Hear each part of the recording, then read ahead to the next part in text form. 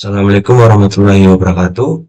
Perkenalkan, nama saya Muhammad Aidil Primadani dengan NIM A12 2024 07219. Prodi Sistem Informasi, Fakultas Ilmu Komputer, Universitas Dian Nusantara.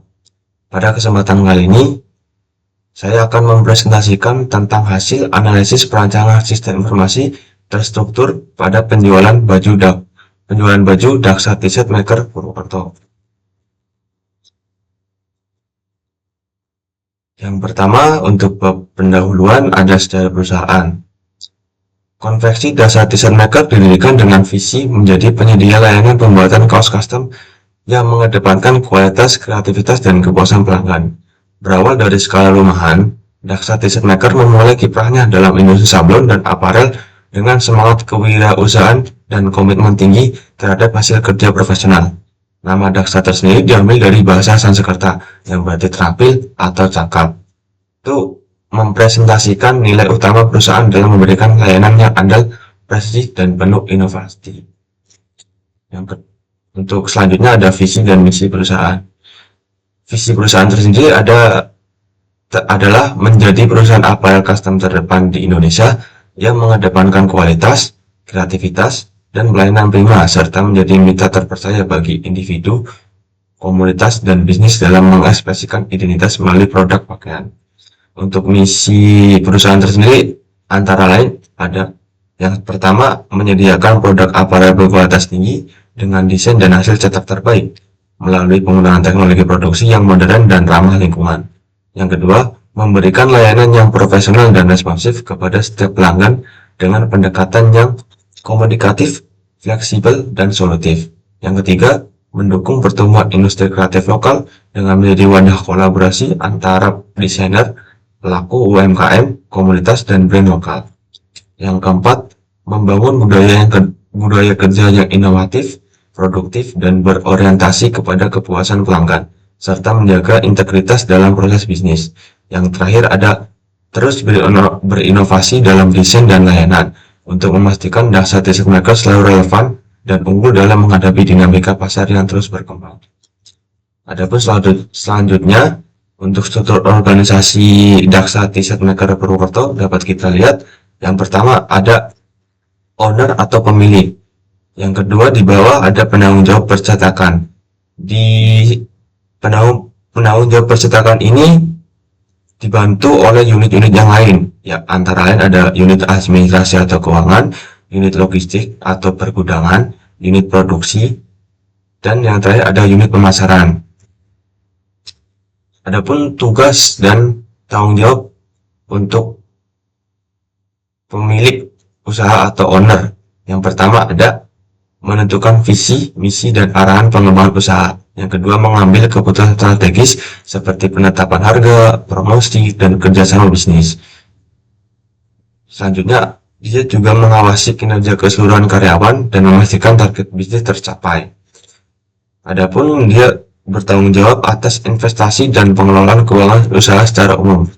Untuk yang kedua, tugas dan penanggung jawab percetakan bertugas mengelola dan mengordinasikan seluruh kegiatan operasional di bidang produksi dan percetakan.